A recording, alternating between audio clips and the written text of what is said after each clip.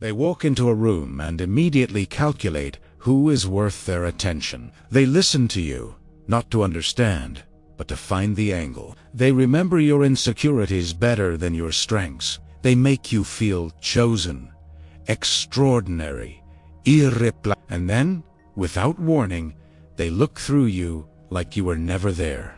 And somehow, you keep trying to get back to the person they were on that first day. Narcissism is one of the most searched terms in psychology today. Millions are trying to understand someone in their life, a partner, a parent, a boss, who left them feeling invisible, confused, and somehow responsible for their own pain. But here is what most people get wrong.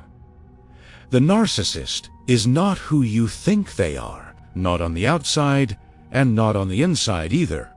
Today we go inside the narcissistic mind. We will expose the neuroscience of narcissism, what is structurally different in their brain, why they cannot feel empathy like you. Is the narcissist secretly suffering more than anyone around them?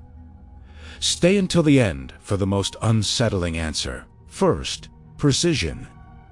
Everyone is narcissistic sometimes. That is not the disorder. Narcissistic personality disorder is a rigid, pervasive pattern of grandiosity and an insatiable need for admiration. It is a structural architecture of the self, characterized by 9 criteria, according to the DSM-5, including fantasies of unlimited power, a belief in uniqueness, and an entitlement so deep it feels like physics. But here is the critical distinction. Narcissism has 2 faces, and they could not look more different. Grandiose narcissism is loud, dominant, charming, and supremely confident. It takes up space and demands a stage. Vulnerable narcissism is its shadow, quiet, hypersensitive, perpetually wounded. It creates a stage from there. It collapses inward, making everyone around responsible for the wreckage. Shame. Disorder. Opposite presentations. Research in 2025 describes this. Healthy narcissism supports resilience, while pathological narcissism involves rigid, maladaptive patterns. The line is not personality, it is whether the pattern can flex, or whether it has become the only mode of existence. Neuroscience. This is where the mask dissolves. Studies on the narcissistic brain consistently identify structural and functional differences in 3 regions: the anterior insula, the prefrontal cortex, and the frontostriatal circuits. The anterior insula is critical for empathy, specifically for what researchers call affective empathy, the capacity to feel what another person feels, not to understand it intellectually, to feel it. In individuals with narcissistic traits, this region shows reduced gray matter volume. Less tissue, less activation, less feeling. This means the narcissist can understand that you are suffering.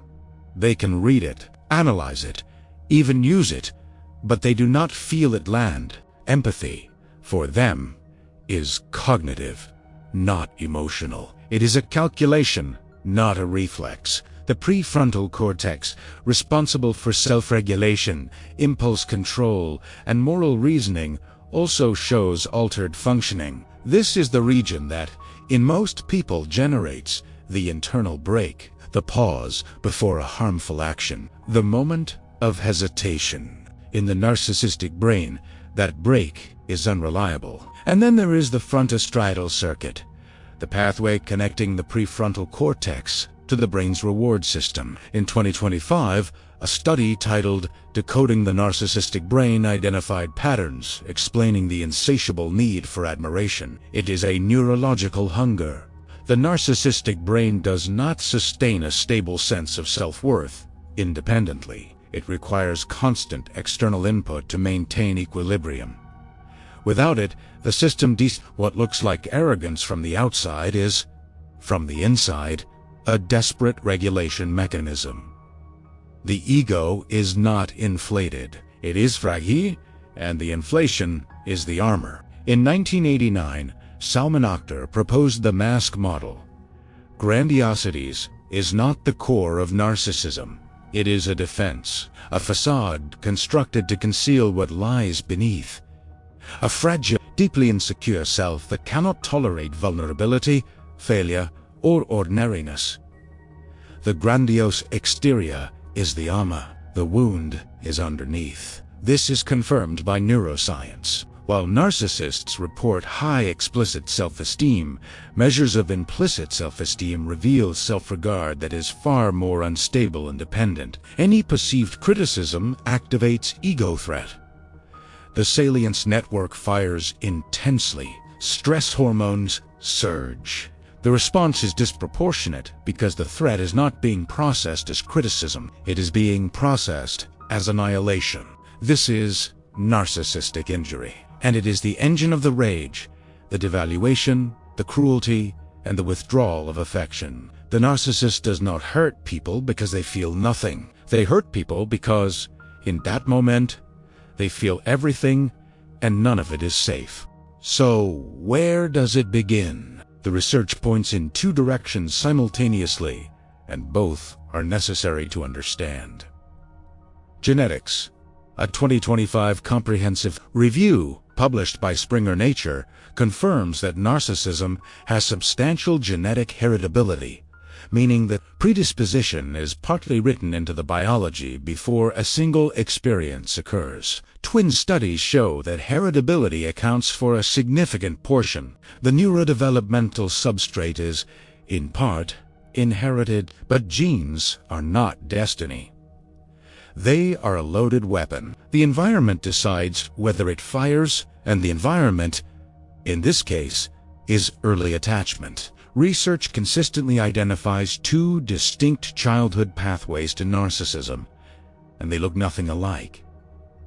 The first, a child who is excessively idealized, told they are exceptional, special, above the ordinary rules of human limitation, never allowed to fail, to struggle, to be simply average. The self that forms is a performance built for admiration, not for truth. The second, a child who is chronically neglected, emotionally dismissed, or exposed to unpredictable care. The grandiosity that emerges here is not from being told they are special.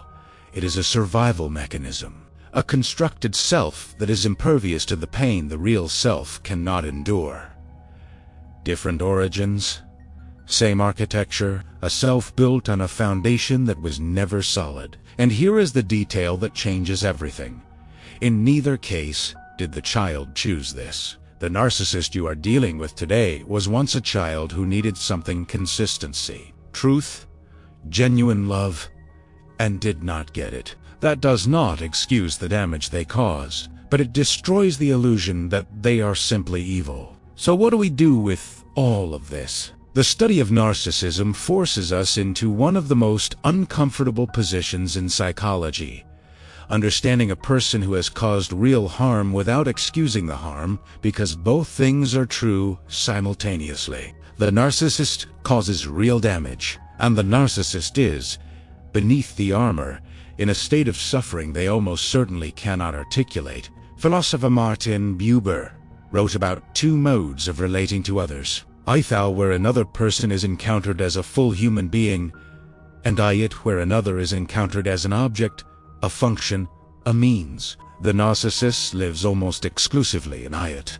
because Ithal requires a stable self to bring into contact with another, and that stable self was never fully built. O Maniofus, in our worst moments, retreat into Ayat, using people closest to us as mirrors for our own needs. Narcissism in its clinical form is a disorder, but the seed of it, the reflex to protect the self, is not foreign to any of us. The mirror is not showing you a monster.